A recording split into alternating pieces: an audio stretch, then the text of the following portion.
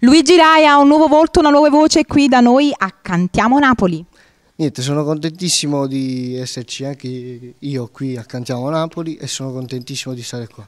Benvenuto tra noi. Giuseppe Borrelli, il suo produttore, è qui a mio fianco. Buonasera. Buonasera, è un vero onore stare qui stasera a portare Luigi ad esibirsi in questo show con voi e tutto il resto. Grazie, grazie. Mara, ciao, la nostra bella ragazza immagine. Buonasera. Allora Luigi, cosa facciamo ascoltare al nostro pubblico? Facciamo ascoltare Non svegliatemi, scritta dal maestro Enzo D'Agostino, e Magica Storia. A chi la vogliamo dedicare, Luigi? A tutte le ragazze, vai. A tutte le ragazze. Vogliamo fare un saluto particolare? Chiedo al produttore. No, ma niente di particolare, tutti i miei amici che speriamo che comunque guardino queste trasmissioni.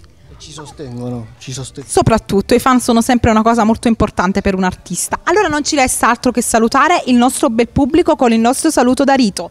Cantiamo Napoli!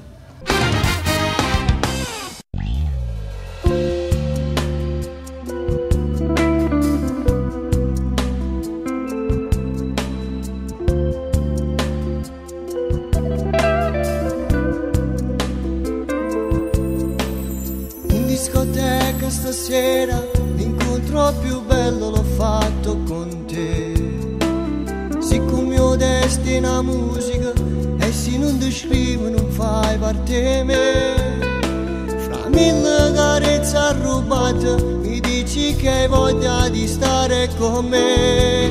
Ripetilo ancora, che volessi fa amore con me. Se usciamo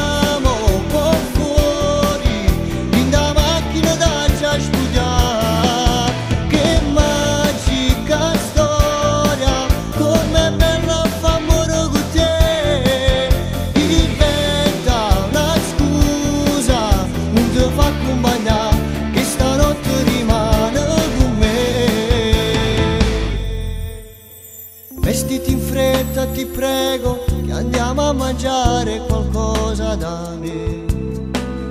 Non tengo più sigaretta, mi fermo un minuto, le compro anche a te. E mentre preparo un panino, si è fatta più forte sta voglia da me.